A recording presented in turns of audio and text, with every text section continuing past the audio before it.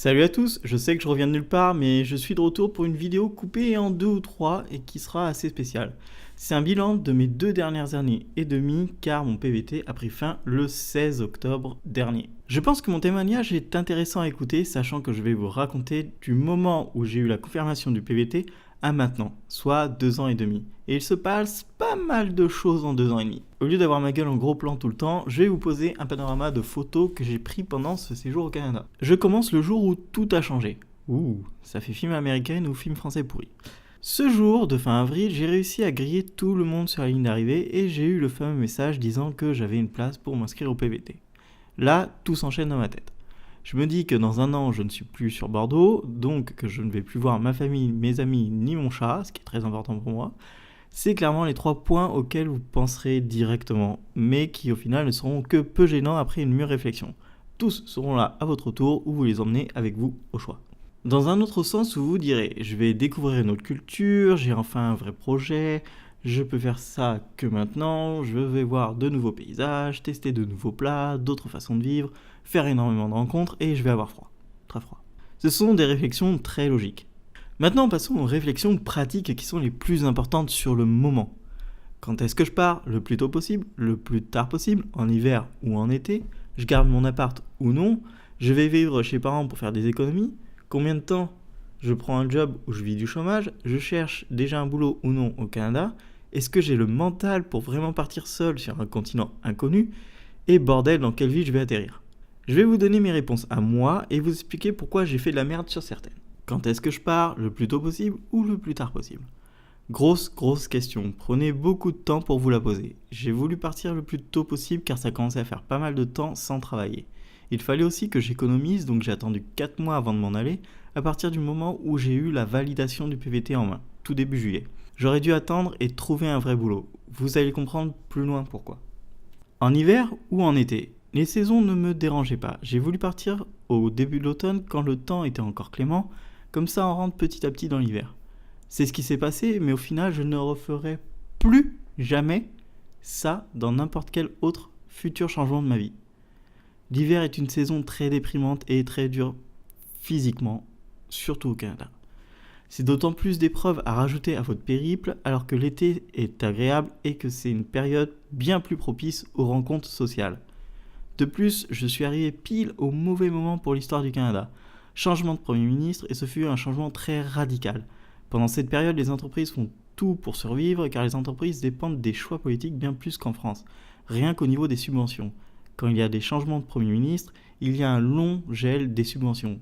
Donc, de novembre à février, les employeurs t'expliquent que là, c'est mort pour le marché du travail dans les grandes villes. Ha, super. Je garde ou non mon appart. Mon appart coûtait cher, donc je suis parti mi-juin, ce fut un crève-cœur. Alors je conseille de très vite s'en séparer, à moins d'avoir un boulot qui te permette d'économiser assez pour partir et garder ton appart. Je vais vivre chez les parents pour faire des économies? Parents ou amis, si tu leur expliques ton projet, les gens ne vont pas te rejeter. Et c'est aussi une bonne occasion de les voir avant de partir. Perso, j'ai fait ma tournée d'adieu avant de partir et c'était de très bons moments. Profitez-en, c'est important. Combien de temps je pars? Quels sont mes objectifs? À partir de quand je remets en question mon plan? C'est peut-être les questions où il faut le plus travailler dessus. En partant, je m'étais dit que je resterais sûrement pas plus d'1 an. Si tout se passait bien, peut-être max 5 ans dans le meilleur des cas. Je me suis donné une limite. Au bout de 6 mois, faire un premier bilan et décider si oui ou non je continue. Je vous en parle un peu plus tard de ça. Il est important de faire ce bilan. Vous n'êtes pas éternel, il ne faut pas que vous perdiez du temps dans votre vie. Mon objectif était de trouver un boulot qui me plairait et que ce soit dans mon domaine ou non. Objectif utopiste, et ça, je l'ai compris que trop tard. Encore une fois, je vous explique plus tard dans la vidéo. Je prends un job où je vis du chômage. À cette époque, en juillet 2015, j'étais au chômage et j'avais pas de loyer à payer. Si je prenais un boulot, j'aurais au final gagné sensiblement pareil, essence, assurance, bouffe prise en compte. Et surtout, j'aurais pas eu autant de temps pour préparer mon voyage et profiter de ma famille, amis et chats. D'un autre côté, quand je suis parti au Canada, j'avais presque 1 an de trou dans mon CV. Même si j'avais travaillé, je pense que ça ne m'aurait pas aidé non plus au Canada, parce que j'aurais mis mise en rayon pendant 6 mois, alors que je suis chef de projet en informatique. Je cherche déjà un boulot ou non au Canada. À moins d'avoir énormément de chance, ou d'être un très bon développeur, ou d'être infirmier, infirmière, c'est du temps de perdu. Pourquoi? Parce que l'employeur veut vous voir de suite. Pour un travail qualifié, il vous faut au moins 1 an et demi, 2 ans d'expérience de travail canadienne sur du long terme et il vous faut une adresse canadienne. Par contre, vous pouvez déjà commencer à transformer votre CV pour qu'il colle au format canadien. Est-ce que j'ai le mental pour vraiment partir tout seul sur un continent inconnu ? Il est encore temps de se poser la question. Pour le savoir, il faut vous remettre en question. Êtes-vous capable de vous débrouiller seul, d'être en solitaire pendant un très long moment ? Avez-vous peur des gens ou des choses que vous ne comprenez pas ? Pouvez-vous vous débrouiller avec une langue inconnue ? Êtes-vous capable de vous adapter à d'autres habitudes ?